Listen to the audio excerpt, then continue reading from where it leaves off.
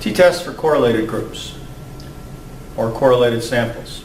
This is when usually you have a test-retest situation or repeated measures within subject's design.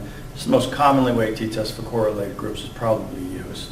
You have the same subjects in each level of the independent variable.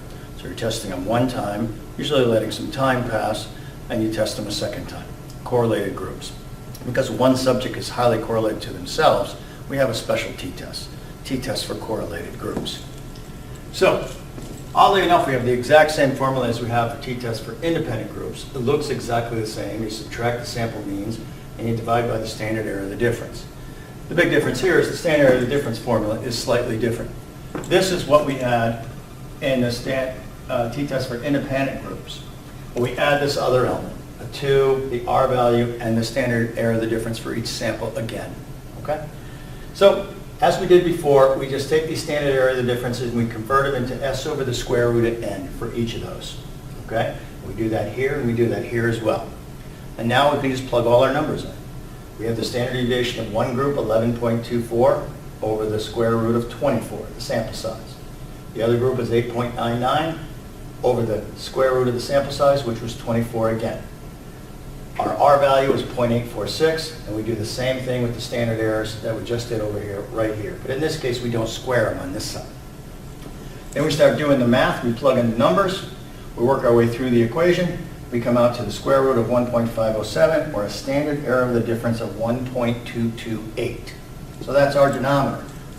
We move it right up here into the denominator of the equation right here, 1.228, and we just subtract the means. 1.4589 and 168.12. These are values that were given to you. 145.89 and 168.12.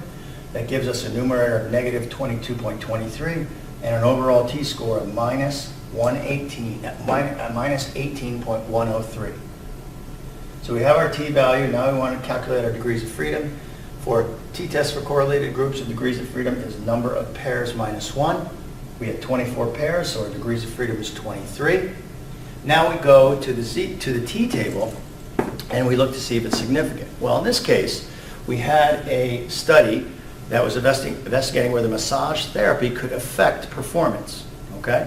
Could it affect performance? Now notice there's no directional suggestion there. Could it make it better? Could it make it worse? Okay? So that's a two-tailed test. We have a two-tailed test here. Okay, so we go to the t-table under two-tailed test, under 0.05 significance, and we scroll down to 23 for degrees of freedom. And when we do that, we find a critical value of t of 2.069. And of course, our 18.103 is much larger than 2.069. And so we have a significant t-test. It looks like massage therapy has a significant impact on performance. That's how you do a t-test for correlated groups.